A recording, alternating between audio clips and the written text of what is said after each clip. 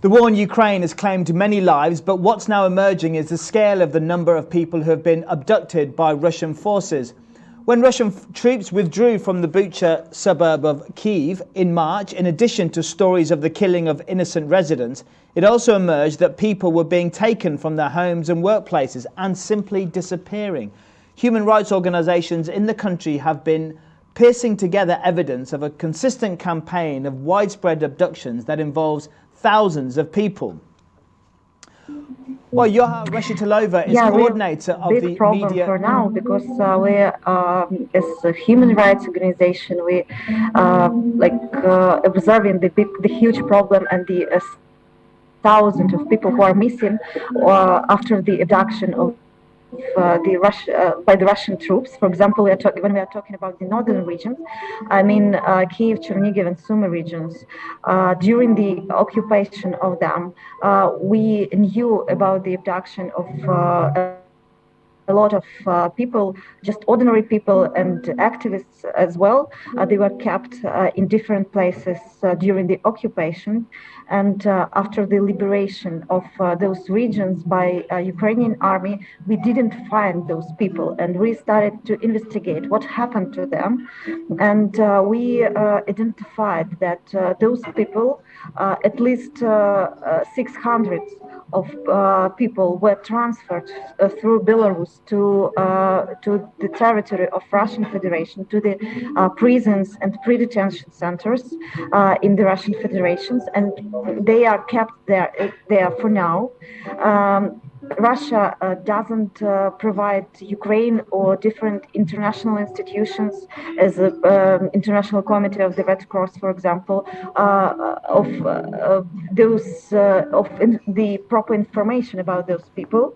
We identified some of them by the questioning of those who was fortunate to released in different exchanging processes, and so those people told us who was with them, if they knew their names. But about a lot of them, we don't know anything. And we know that after those interviews with released people, Russians don't name those people who left in the captivity by their names or surnames. They just call them under the numbers. For example, 144 number, 469, and so on. And so we understand that there are hundreds of people there, but we even don't have a proper list of those people, and nobody has. Unfortunately, Ukraine as a state also doesn't have this information. And obviously details are sketchy, and trying to identify those who have gone missing is also extremely hard. There are reports that children being separated from parents, or even children being abducted from orphanages. Do you have any more details on that?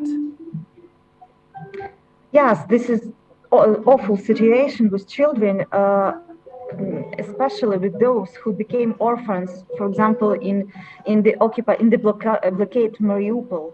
And we wrote about this situation with those children who became orphans and were transferred to the occupied territories of Donetsk region. And Ukrainian state and Ukrainian NGOs tried to do everything for the returning those children to their relatives here on the under controlled of Ukrainian controlled territories. So, and this is a very difficult process of negotiations, because Russians use those children for blackmailing of Ukrainian authorities, and of course they understand for what purpose they do this. And so, as I know, some of those children were released, were returned to Ukraine, to their relatives. Some of them have grandparents here, or some aunt or uncle, and they were returned. But some of those children remain on the occupied territories, and of the Donetsk regions or were transferred to the Russian Federation. And according to our information, we know at least about 12 children from Mariupol who, as orphans, were transferred to those facilities of the Donetsk region. And Ola, as you identified, this is not a new problem. There are abductions after Russia annexed Crimea. How is Ukraine coping this? And what do you want the international community to do about this? You're absolutely right. And what we are observing now is the consequence of the impunity of Russian Federation from the very beginning of the war in Ukraine, since 2014. For example, there is a stereotype or a myth made by Russian propaganda that the Crimea was joined to the Russian Federation without any drop of blood, but it is not true, because we know about at least 41 persons who were missed in Crimea during the spring of 2014, and we don't know what happened to those people. They are mostly pro-Ukrainian or Crimean Tatars activists who were acting somehow against the occupation of Crimea.